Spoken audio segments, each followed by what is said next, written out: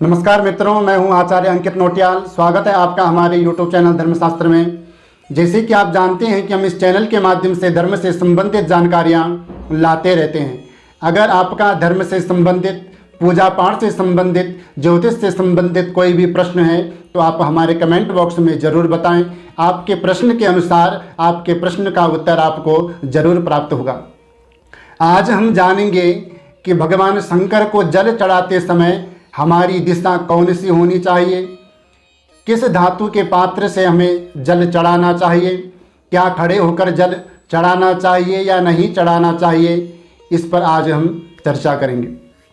सबसे पहले हम जानेंगे कि शिवलिंग में जल चढ़ाते समय हमारी दिशा किस तरफ होनी चाहिए और किस तरफ नहीं होनी चाहिए। तो शिव महापुराण में बहुत सुंदर बात कही गई है, न प्राची मग्रतः संभोर नो दाची शक्ति संहिताम न प्रतीचि यतः पृष्ठः मतोग्राया समाश्रयित।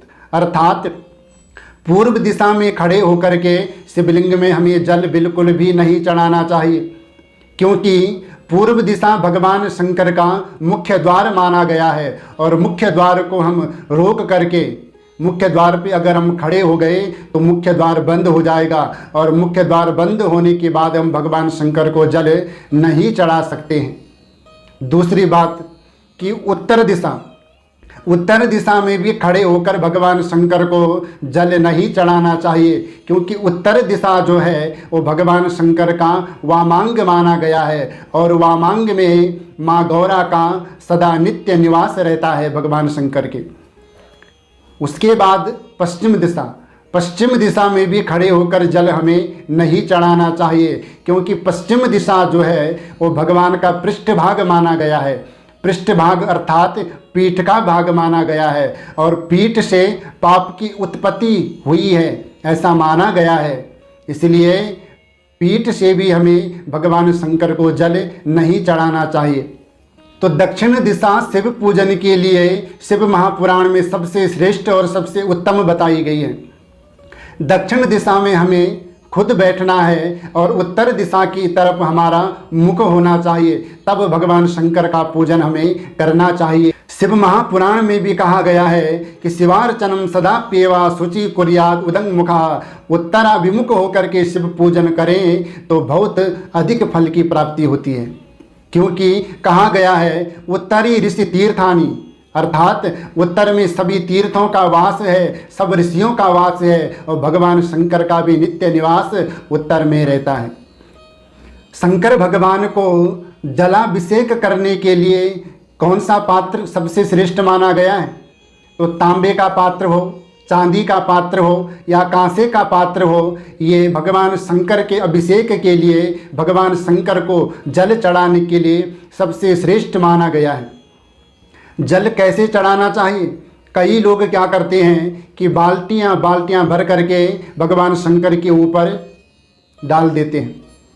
अभिषेक कभी भी खड़े होकर बिल्कुल नहीं करना चाहिए, बैठकर ही अभिषेक करना चाहिए और भगवान शंकर के ऊपर धीरे धीरे हमें जल चढ़ाना चाहिए, क्योंकि कहा गया है जल धारा प्रियो शिवः। भगवान शंकर को जल की धारा बहुत प्रिय है, अर्थात बहुत पसंद है।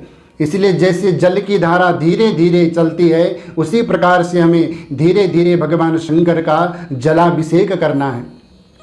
जब हम भगवान शंकर को जल अर्पित करते हैं अर्थात जल चढ़ाते हैं, तो हमारे हाथ की मुद्रा क्या होनी चाहिए, अर्थात हमारा हाथ कैसे होना चाहिए, किस प्रकार से भगवान शंकर को जल चढ़ाएं। क्योंकि कहा गया है कि कलश का जो मुख होता है उसमें भगवान विष्णु का वास होता है और कंठ जो होता है अर्थात गले में भगवान शंकर का वास होता है और जो उसका मूल भाग होता है नीचे का, उस वहाँ पर ब्रह्मा जी का वास होता है। तो ब्रह्मा जी कमल के आसन पर बैठते हैं, तो आपको अपने हाथ की जो अंजलि है वो इस प्रकार से बना देनी है, एक कमल के समान बना देनी है और यहाँ पर आपने पात्र लेकर के इस प्रकार से भगवान शंकर का जलाभिषेक करना है। कई लोग क्या करते हैं, जो लोटा होता है या कलश होता है उसका गला पकड़ देते हैं, तब भगवान को अभिषेक करते हैं। तो ऐसा बिल्कुल भी नहीं करना चाहिए। तो जिस प्रकार से मैंने आपको बताया कि किस प्रकार से आपने जल चढ़ाना है, कौन सी दिशा में बैठकर आपने जल चढ़ाना है, तो आपकी समझ में अच्छे से आ गया होगा। अगर आपको हमारी वीडियो अच्छी लगे तो हमारे चैनल को सब्सक्राइब करें, लाइक करें, शेयर करें। तब तक के लिए जय जय श्री राधे।